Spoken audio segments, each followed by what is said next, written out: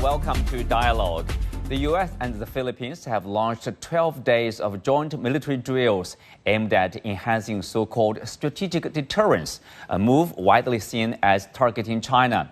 The exercises follow U.S. Defense Secretary Pete Hegseth's visit to Manila, where he spoke openly about preparing for war. Adding to these developments, Washington is set to sell F-16 fighter jets as part of a major arms package that also includes hundreds of medium-range air-to-air missiles. So why is the U.S. ramming up tensions in the region? Could Washington's militarization of the Philippines push the region closer to conflict? And how does this strategy threaten peace and stability in Asia? Join us for discussion today from Beijing. I'm Xu Qinduo.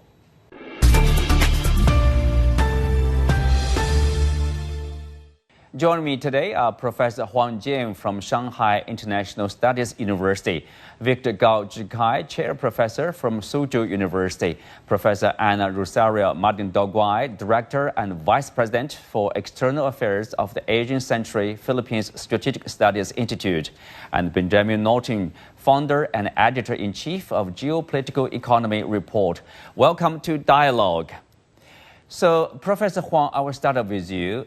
So the U.S. strategy, strategic deterrence, obviously targeting China. The idea is like if we are strong enough, and then our opponent or rival will basically stay in the lull and do not make any moves.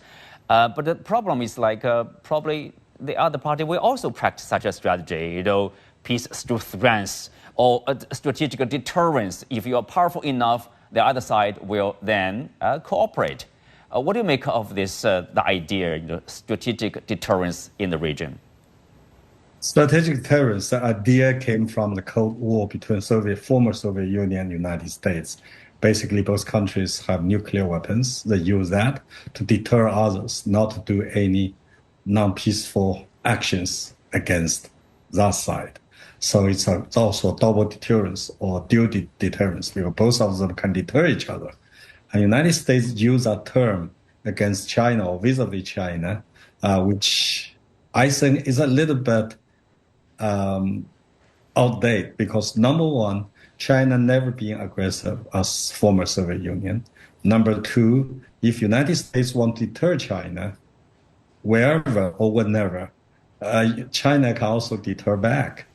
So this is almost like dual deterrence. So in that regard, the so-called strategic deterrence is more like a kind of provide a kind of confidence to its allies, like Philippines, who is quite provocative vis-a-vis China, in my view, for domestic politics, for domestic reasons. Madam can correct me if I'm wrong. I think Marcos being so provocative because he has a much larger challenge at home, so that he want kind of draw attention abroad for internal stability. Mm-hmm. Before we have Anna to talk about the Philippine politics or the strategy of the foreign affairs there, Professor Gao Zhikai, what do you make of this?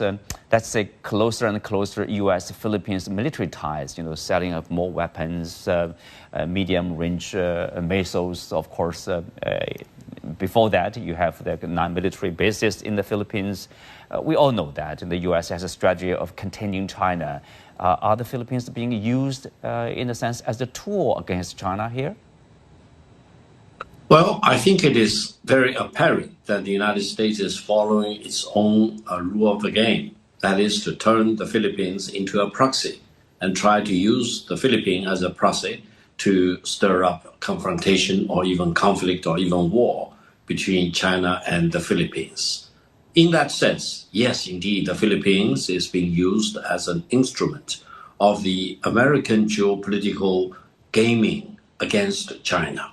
Now, fortunately, China does not want to have a war with the Philippines or with the United States. China is very much committed to pursuing peace and use peaceful means and diplomacy to solve whatever problems there are between China and the Philippines. In that sense, I think regardless of whatever Washington is doing, try to turn the Philippines into a proxy of the United States, China will always do the right thing. For example, China has stated very clearly to the Philippines that China will never fire the first shot.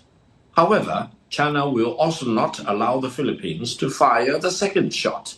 That means that the United States is really playing a very dangerous game, because eventually it will not only be a confrontation between China and the Philippines. If the situation gets out of control, it may immediately and very rapidly escalate into a confrontation directly between China and the United States. And at the time when the United States is really very much overstretched throughout the world, just look at what's happening in Washington and in the United States in terms of the trade war, tariff war against the rest of the world. And the United States is running out of money, in a sense, because of the overreach. I hope the United States will refrain from engaging in such very dangerous games with China, try to use the Philippines as a proxy or an instrument to achieve its own geopolitical aims, regardless of whatever tolls it may create for the people in the Philippines. Well, Anna, recently the U.S. Defense Secretary Pete Hegseth was in Manila. He said the two countries, the U.S. and the Philippines, must stand, quote, shoulder to shoulder to deter the so-called, quote, China threat. He also underscored the need for, direct quote here, preparing for war, response to the aggression of the so-called communist China in the South China Sea. The Philippine Defense Secretary, Gilbert Teodoro, also responded with similar remarks. It was the first time, people noticed, the senior U.S. and the Philippine officials had, so explicitly named communist China as a threat in the Indo-Pacific. What do you make of these remarks? First and foremost, I don't agree with the statement coming from our defense secretary, precisely because, first and foremost, these are Cold War mentality projected at this time around. One thing, though, that I want to emphasize, the Filipino people, as far as I'm concerned, as far as many of my friends are concerned in the Philippines, we don't want anything like a military confrontation with China whatsoever, or with any countries for that matter. So this is much more the stance of the government of Marcos Jr. now, which is very much obvious, very much leaning to the United States, and the approach that is being used, especially when you talk about the South China Sea, is very belligerent and really confrontational. As far as I'm concerned, studying the issue of the South China Sea and even geopolitics for that matter, I think the South China Sea issue can be resolved in terms of how to manage the conflict in open negotiation and zero negotiation, not necessarily only with China, but take note there are other claimant states as well, including Vietnam and Malaysia. So as far as the Filipino people are concerned, I don't think our people would want to see a military escalation or any kind of confrontation with China. But unfortunately, the Marcos Jr. administration has a different stand. It's precisely because I think Marcos Jr. need the backing and support of the United States for him to be able to stay in power. And this is the same as before when his father was also in power. The United States is very much like the anchor of his administration, because at the moment there's a lot of political turmoil going on inside the Philippines. Yeah. Ben, if you look at the U.S., not only the defense secretary visited to the Philippines, but also let's report saying that the Secretary of State Marco Rubio is also set to visit Manila to double down American so-called commitment to its allies in the region here. So it gives you a sense that, it's kind of a similar situation before the Ukraine war, right? U.S. assistance, frequent visit by U.S. officials somehow give the Ukrainian side a false sense of security, or even, that reached to the point of Russia feels obliged, have to do something to protect their security interests. Are you worried about that kind of replay, a proxy war in the region? Very worried, and I know many people in the U.S. who keep saying that we don't want to make any country the next Ukraine. In the case of Ukraine, it was the former U.S. Defense Secretary Lloyd Austin who openly admitted that the U.S. was using Ukraine to try to weaken Russia, in his words. And now we see that the U.S. is trying to use the Philippines to weaken China, and the consequences would be devastating.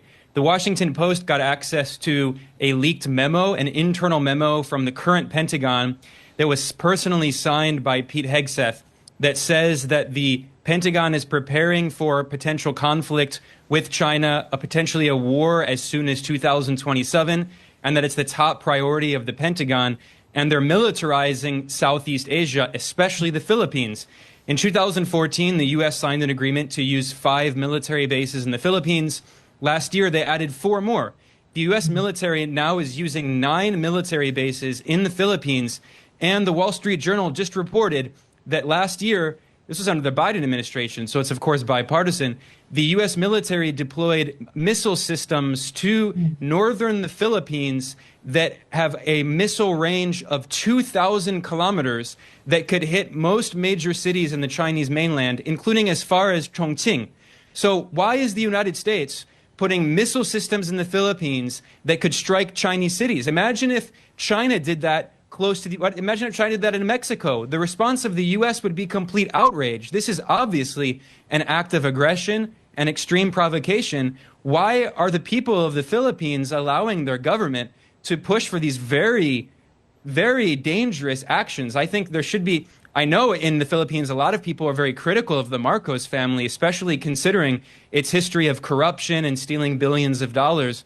I think that the government in the Philippines clearly does not represent the people of the Philippines, just as in the U.S. You know, the Trump administration, even though it's still in its honeymoon period, it doesn't have positive approval. It's still a negative net approval rating. So I think what this shows is that you have 2 unpopular governments that are trying to scapegoat China and push for conflict to distract from their domestic problems. Just to add to Chindo, just to add to what Ben have said when it comes to trust rating, the latest survey report of Publicus Asia showed that Marcos Jr. has 14% approval or trust rating. So it shows that the Filipino people are not actually necessarily, in favor of the way he governed. Okay. 14% from Publicus Asia, yes. That's close to legitimate. Years. Imagine that, only 3 years, and he has 3 years more. And usually a president would have that kind of rating towards the end of his administration, but it's in the midterm of his administration. That's 14% approval rating or trust rating. That reflects the legitimacy of his presidency. But Anna, look at what happened to the Ukrainians, or what's happened to the Ukrainians. The U.S. government is trying basically to reap all the mineral resources and ask the Ukrainian paying for the U.S. support, for the past support, basically, and talking to the Russians at the expense of the Ukrainians, obviously Europeans. So do people also worry about, what's the consequence of getting so close to the U.S. and being involved in the proxy war?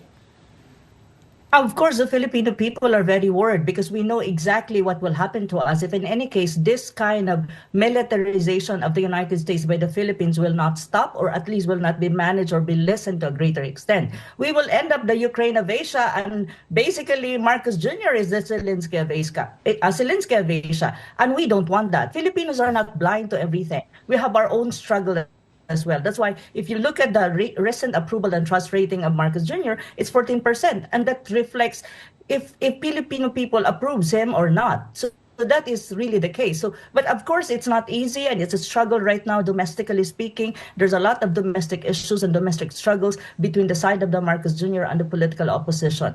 And that is a domestic thing that we're going politics through at the moment.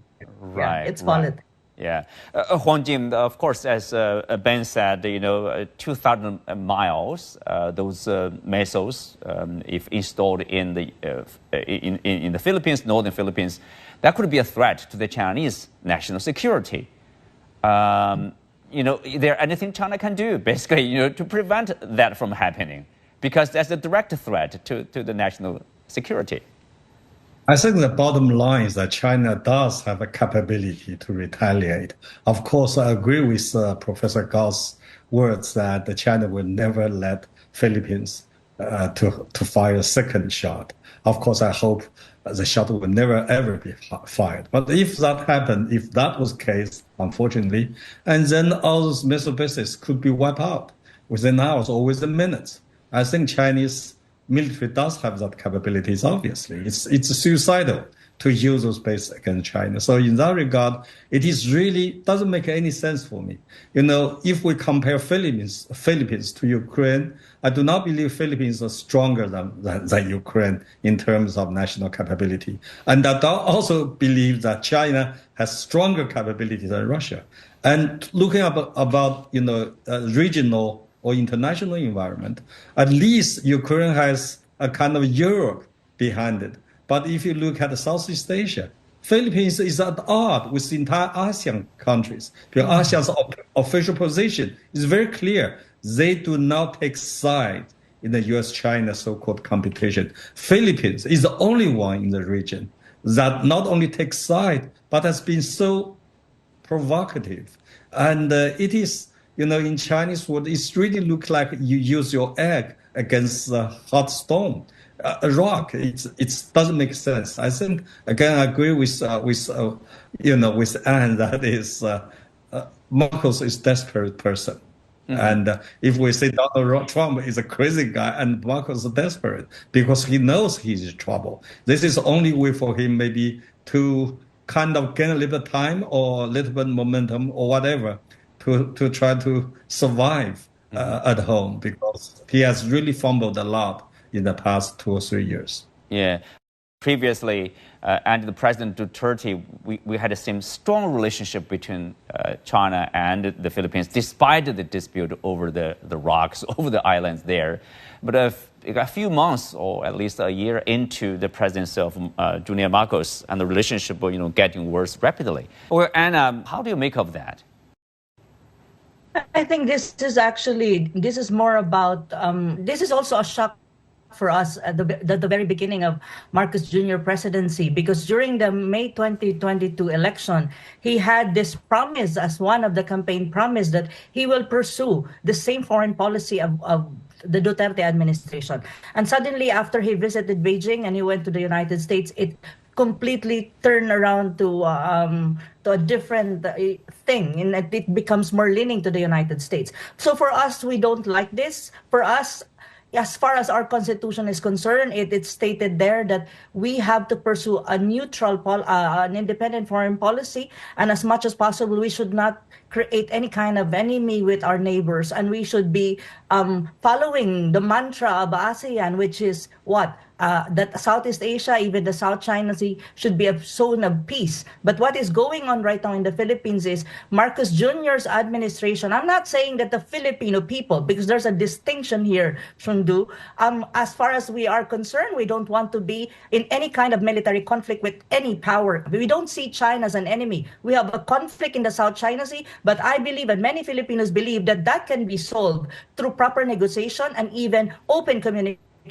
And I think it's not only China that we need to talk to when you talk about the South China Sea. We have Vietnam, Malaysia, and even other claimant states. So as far as we're concerned, we don't look at China as an enemy. But that is a different case when you talk about Marcos Jr. because precisely Marcos Jr. doesn't really care about the people of the Philippines and even the Philippines for that matter. Because if he cares, he will not do all of these things and he will not allow the country to be militarized. And I think this has to be communicated well to the Chinese leadership that it's not really the Filipino people, but it's only his government. And that is even now creating a lot of crisis because the political opposition and other Filipinos are opposed to this kind of militarization being done by the United States. We don't like it. It's not only one Typhoon missile system, take note. There's another one that will be deployed, F-16 fighter jets that was announced by the U.S. Department of State, and we don't have even the money for it. So this is crazy. Everything is just crazy. But at the end of the day, there's such a saying that there's always a light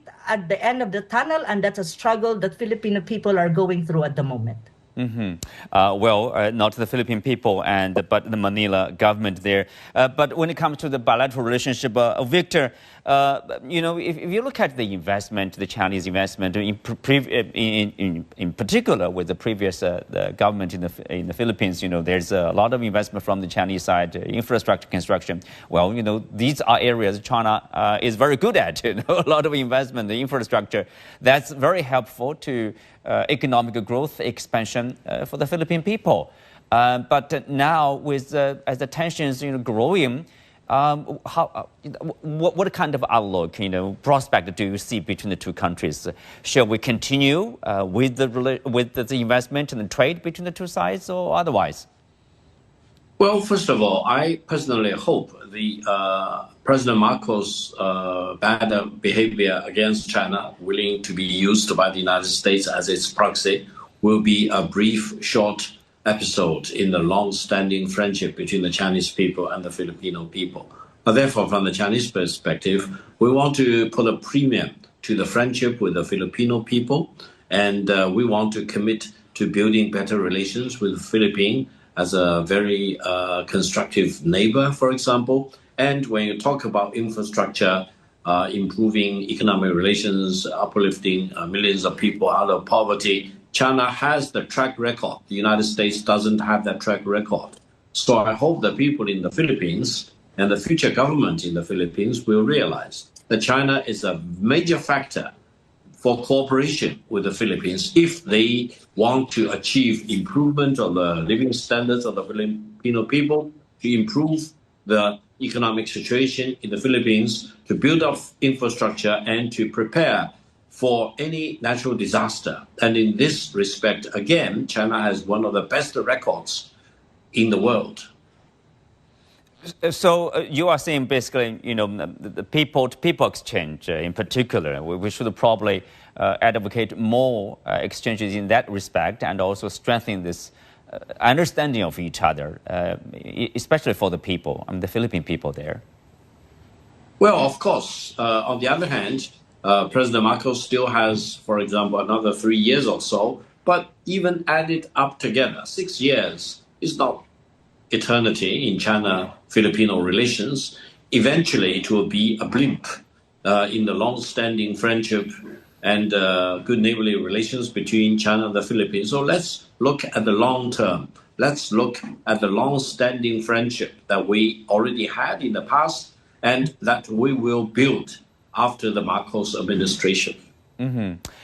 Professor Huang Jing, if you look at the U.S. foreign policy, they are concerned with the competition with China. But if you look at what they are doing, basically selling weapons, militarizing this region, instead of investing more, sharing technologies, helping with development. So that's not a surprise, right? I agree with Professor Gao just said. China has a record that China is a builder. China delivers, of course, for both China's interests and the Philippines or Malaysia, Indonesia's interest. But if you look at United States' records, ever since World War II, United States has never been a builder in this region. It built, of course, military base, for example. It built up the weaponaries, but it's never built up like a highway, railroad, or never built up the infrastructures even for its allies, even Thailand or Philippines or whatever. It makes use of them, of course. In other words, what United States has delivered is weapons, arms, wars, and that's United States records. So I think in the long run, I do believe as China develop more and more, and I believe eventually China's influence will prevail. We have noticed that the Chinese leadership has repeatedly said, it's a kind of pledge, basically, Chinese as a nation, as a country in the Asian Pacific will never ever allow turmoil and war get into Asian Pacific. Of course, China will not launch war against nobody, anyone, but China does have this capability to prevent war in this region. In that regard, in the long run, I do believe China and the Philippines relationship will be good. Short 6 years is just a hiccup, in my view.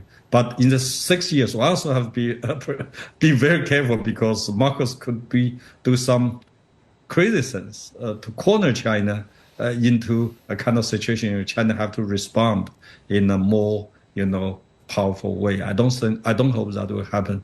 But the problem, of course, it looks like Marcos never been himself. He's always been like a puppet, in this regard.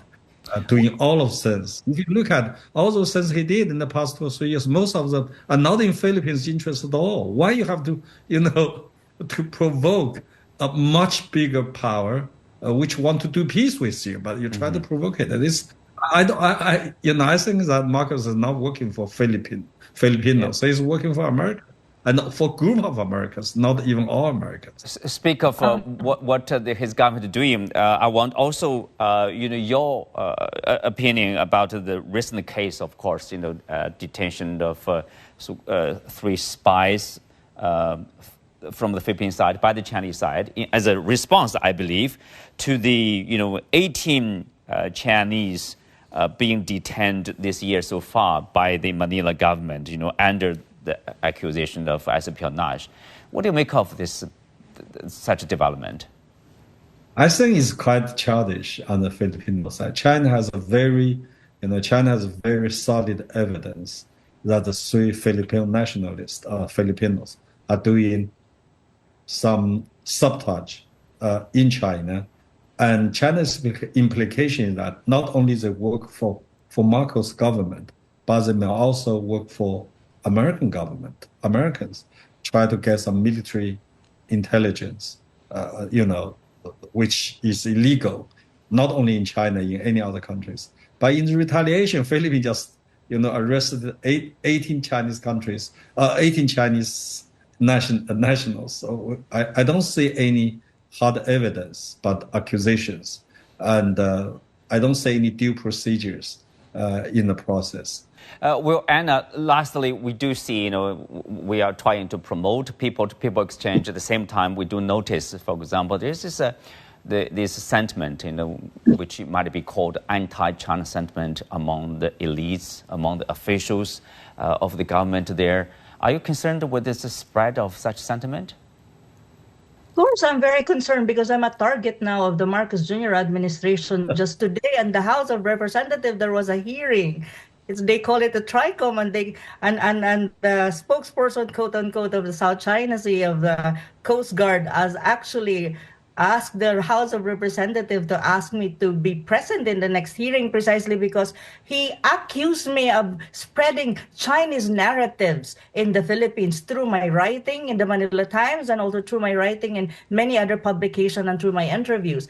This is already there, and it's the xenophobia is rising, and it's causing a chilling effect not just to the Filipino people who just want to have a friendly relation with China and promoting Philippine-China relations, but even then to the Chinese nationals who are in the country doing business and doing their, legal activities in the country. So this is not good for both countries, to be frank with you, because this will hinder more people-to-people relation in terms of academic exchanges, in terms of research, in terms of business, of course, because many Chinese businessmen wants to invest in the Philippines. But right now, I think with this xenophobia, Chinese businessmen would not want to go to the country. And even one more thing, Chundo, is the tourism. Our tourism industry is very much affected because during the Duterte administration, Chinese tourism is number 2. And I know that the Chinese people, they have the money to spend in countries that they visit. And I think our tourism industry would need this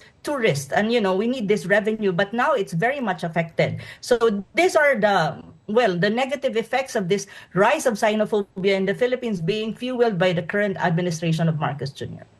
Well, on that note, we are coming to the end of today's discussion. Many thanks to our guests. You can also watch us on the CGTN app on YouTube. I'm Chichindo. Thanks for being with us. See you next time.